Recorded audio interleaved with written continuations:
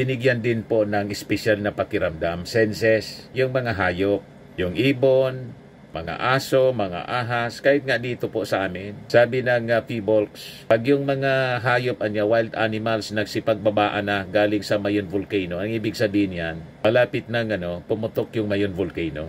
Nararamdaman, may special senses pong ibinigay ang ating Panginoong Diyos sa mga hayop para magbigay sa atin ng tanda, mga signos, signs, mga kababayan. Kahit sa mga isda, yan ang ibig sabihin. Pag may mga isda, mga kababayan, na namamahay sa malalim na parte ng dagat at biglang nagsipaglabasan, may impending na trahedya.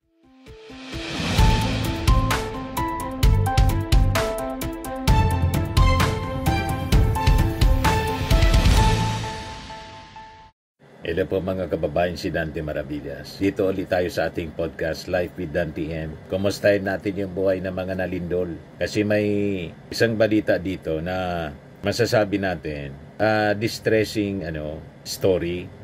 Sabi rito, may isang pamilya, malaking pamilya, 12 yung members ng family. Ang sabi, lahat gusto nang magpatiwakal dahil sa pagtama ng lindol po sa Cebu, na hopeless na po yung kanilang pakiramdam, wala ng future. Kaya ang sabi, gusto nang magpatiwakal po lahat. So yun ang nakakalungkot mga kababayan na sitwasyon ngayon.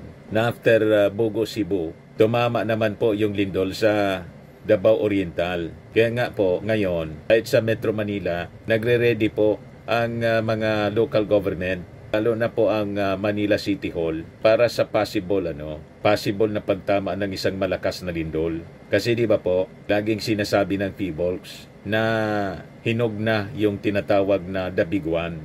Ito yung balita mula sa Manila Public Information Office. Breaking, after a series of earthquakes hit Cebu, Davao, and other areas of Mindanao, in Luzon, Mayor Francisco Isko Moreno Dumagoso orders officials in Manila's 896 barangays to prepare for a possible strong earthquake. He said the city, through the Manila Disaster Risk and Reduction Management Office, the Manila Health Department, and other local agencies, is ready to respond if an earthquake occurs. He also urged both public and private sectors, including schools, to be prepared in case evacuation centers are needed. The local chief executive added that simultaneous earthquake drills should be conducted not only in the city of Manila but also across the entire national capital region, covering schools, private companies, and other government agencies or offices in preparation for the big one. Yan Matagal na po siya na sinasabi ng PHIVOLCS yung warning para po sa Big One. Kaya lagi po tayong panalangin mga kababayan. Kasi kakaiba na po yung ating panahon. Ito nga po, libo-libong ibon. Nagliparan po doon sa Mindanao ito. Before na tumama yung malakas na lindol, 7.4 magnitude sa Davao Oriental. Kita ninyo? Ang bata may papayong na lang. Takot na takot yung mga tao. Nagliliparan yung mga ibon. Naramdaman siguro po yung yung paparating na trahedya. Yeah. Kita ninyo? Kasi po yung ating Panginoon, binigyan din po ng espesyal na pakiramdam, senses, yung mga hayop, yung ibon, mga aso, mga ahas, kahit nga dito po sa amin. Sabi ng PHIVOLCS, pag yung mga hayop wild animals nagsipagbabaan na galing sa Mayon Volcano, ang ibig sabihin yan, malapit ng pumutok yung Mayon Volcano. Nararamdaman, may special senses pong ibinigay ang ating Panginoong Diyos sa mga hayop para magbigay sa atin ng tanda, mga signos, signs, mga kababayan. Kahit sa mga isda, yan ang ibig sabihin. Pag may mga isda, mga kababayan, na namamahay sa malalim na parte ng dagat at biglang nagsipaglabasan, may impending na trahedya. tulad po ng lindol. Kasi nararamdaman nila yung tremor sa ilalim. Nararamdaman nila kaya tumataka sila. Ganon din po sa ating mga ibon. O ngayon, because of that, sunod-sunod yung pagtama ng lindol, nagkakausa po ng desperation para sa ating mga kababayan. Kaya ito po yung kwento. Isang 12-member na family, ang naisipan na lang po na magpatiwakal, mabuti na lang po napigilan. Yan o.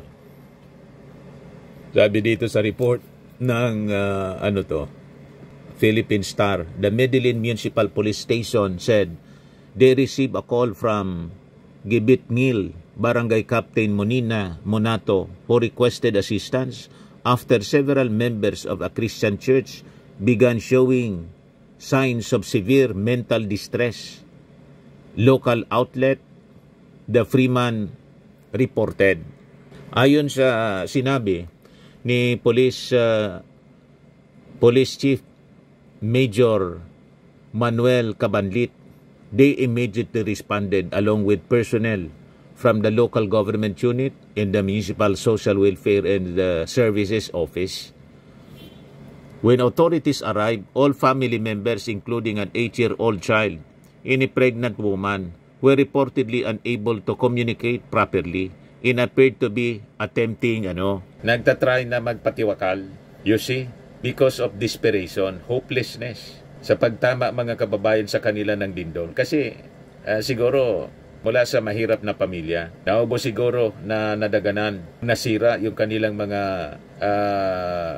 ari-arian. Ang bahay nila nasira, walang masilungan. Tent City na nga po ang nilalagay ng DSWD at DPWH. Kasi hindi pwedeng bumalik sila doon. Tuloy-tuloy pa yung mga tremors, yung mga aftershocks. Malalakas pa yung mga aftershocks. Yung hindi pa na gumuho na mga kabahayan, mga buildings, sa unang pagtama ng magnitude 6.9 sa Bogo City, Cebu, na tuluyan ang nagiba dahil sa mga aftershocks. Ganon din dito sa Davao Oriental. Gusto na lang nilang magpatiwakal. Police reported that Rene Barro, president of the family's religious group, claimed the family has not eaten since October 1 due to trauma na sinuffer nila or suffered dahil sa pagtama ng lindol. The authorities also said the family had thrown away food packs into the sea, with some family members expressing suicidal thoughts. So, tinutulungan po ng ating gobyerno. May mga food packs po kasi mabilis yung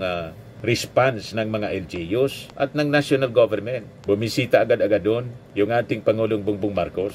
Dala, mga kababayan, yung mga financial assistance, 10,000 sa bawat pamilya, at mga pagkain, at mga milyon-milyon na mga financial assistance na ikinostro sa mga LGUs. More than 200 million yung agad-agad ni-release ng ating Pangulong Bongbong Marcos dito po sa Bogo City at sa karatig na mga municipalities and cities ng Bogo o ng Cebu.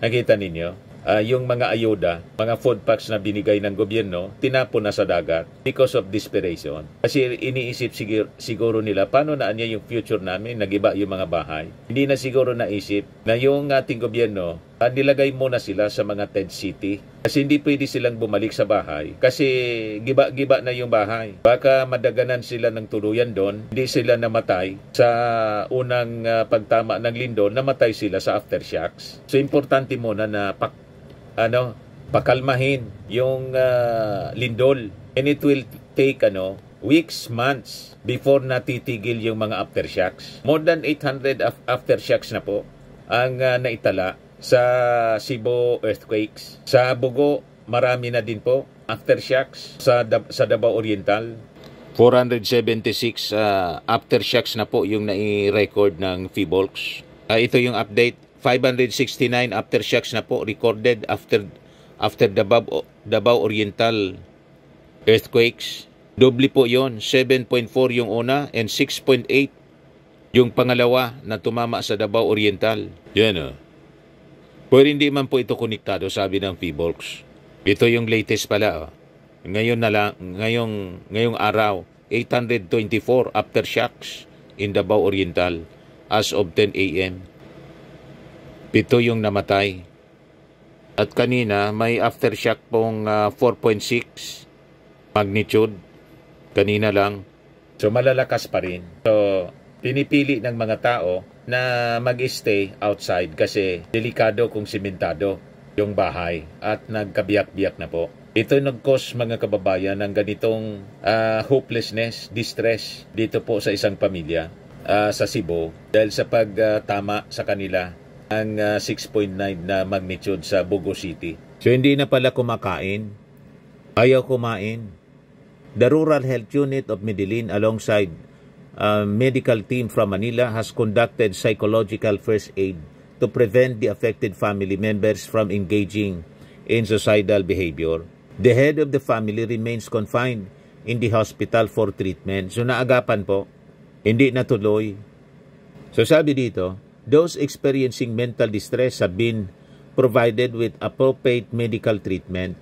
According to psychologist Lucille Foja Lozano, a major disaster such as an earthquake can trigger overwhelming feelings of trauma, fear, and grief all at once. The sudden destruction of homes, loss of loved ones, or uncertainty about the future can create overwhelming feelings of hopelessness. Kaya yon gusto nang magpatiwakal ng isang pamilya. Anyway, salamat pa rin tayo kasi naagapan agad-agad na i-report sa ating mga authorities at sinakluluhan naman po immediately. So mabuhay yung ating mga bagong bayani, yung ating mga first responder sa ganitong mga trahedya. So yun man lang po yung ating maiksing podcast ngayon po dito sa Life with Dan TN. Atid sa inyo po nitong napakagandang product na ating binibenta online. I am Worldwide Amazing Pure Organic Barley Powdered Drink Mix from Australia. Yung mga gusto mag-try nito pong ating produkto, mag-message na lang po kayo sa akin, Dante Maravilla sa Messenger sa Facebook. Yung gusto na negosyo nito, pa-orient kayo sa aking anak na architect entrepreneur, Riz Maravillas. So lagi nating tatandaan mga kababayan sa buhay, you become what you believe. Bye-bye po. God bless.